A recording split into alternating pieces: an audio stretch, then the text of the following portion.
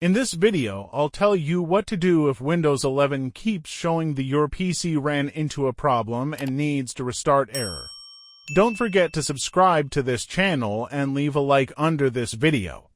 Start by making sure Windows itself is fully updated. Open Windows Search, type Check for Updates, open Windows Update and click Check for Updates.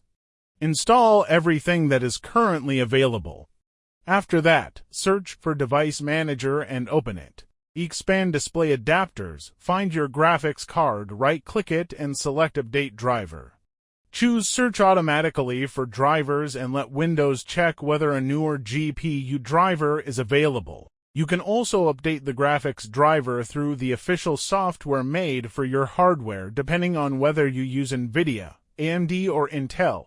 While Device Manager is open, look through the device list for any yellow warning icons. A yellow exclamation mark can point to a driver or hardware problem, so if you find one, you can try updating that device, disabling it, or uninstalling it depending on what is causing the issue.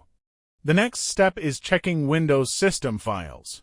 Search for CMD, right-click Command Prompt and choose Run as Administrator. Type sfcout scanno and press Enter, then wait until the scan finishes completely.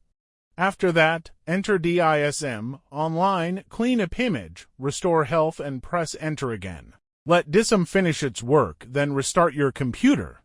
Once Windows loads again, use the PC normally and check whether the blue screen comes back. Starting with updates, drivers, and the built-in repair commands makes more sense than jumping straight into bigger changes to the system.